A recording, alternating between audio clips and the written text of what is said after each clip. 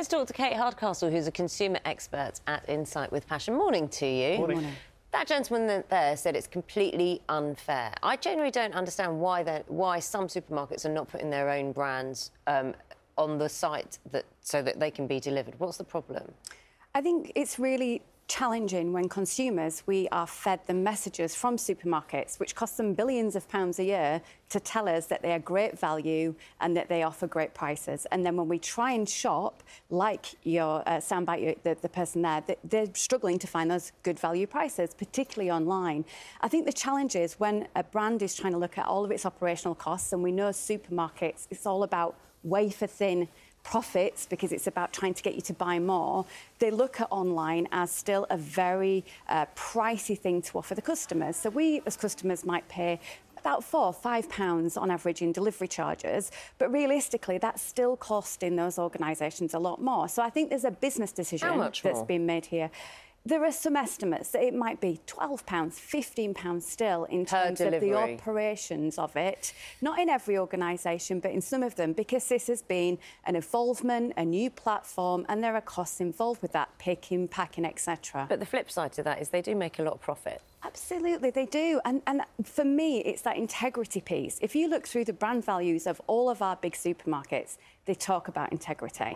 And therefore, if they're going to offer us value for money, great prices, we shouldn't feel hoodwinked as consumers. It is our loyalty that keeps them going, and they're meant to evolve the models around us. So I would say as some of the fastest moving, brightest stars when it comes to business, they should be using all of that opportunity to be integral to their customers and find a way to offer those value propositions online too. And when you're shopping online, how you shop is different, isn't it? Because if I'm stood in front of a shelf and it's got all different types of baked beans, I can see that there's some here for 20p and some here for £2. You don't get that experience quite so much online, so it's harder to know what you're actually buying and what the options are, so you might not notice that the cheap one's missing. You could really be overwhelmed with the amount of stock in the majority of supermarkets, tens of thousands of products on average, which I think is why the budget retailers have done so well with less products in there.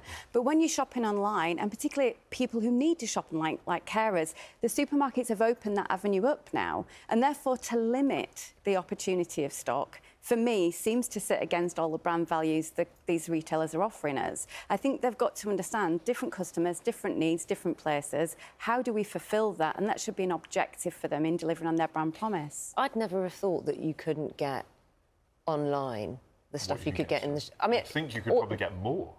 Yeah, I mean, I think, maybe I'd think, you can't get, like, massive, bulky items that you need to see. But when it comes to food, you just think whatever's on their shelves, they'd put online. It's a really interesting concept. I think lots of people wouldn't know that. And in some of the supermarkets, there are still those budget options there. It isn't every single one, as the carer in your VT's pointed out. But what is highlighted is how much that service has helped him. Yeah. It's taking very bulky product and stock. He doesn't have to leave the home, and he's having that opportunity to be able to focus his time elsewhere.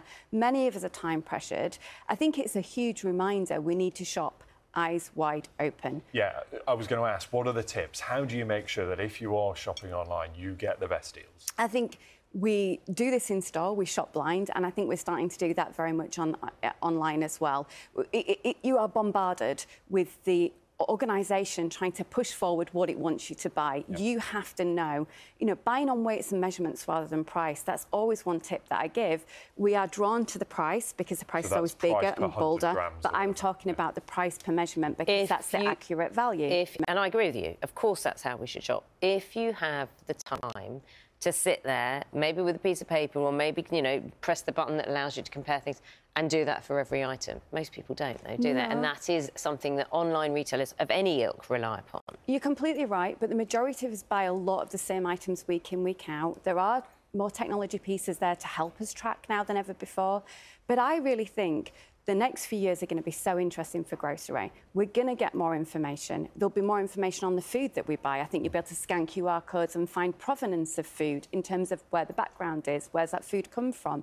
I think supermarkets are going to have to face into the fact we're becoming more open to information as consumers, and we're going to push harder. And therefore, if you're going to really roll out these, we're the cheapest, come to us, be loyal to us, I think you're going to have to start meeting up to the expectations you're creating. Yeah, and I guess people can be a lot more fickle because they just flick between websites as opposed to driving to a different supermarket. That makes their job much harder, doesn't it? If you've got the time, absolutely, you can make the savings, but it does often mean shopping round, being vigilant, looking at it, and I think it's a time versus cost measure for a lot of consumers. We will keep an eye on it. Kate, so good to see you. Thanks for coming in. Kate Hardcastle, thank you.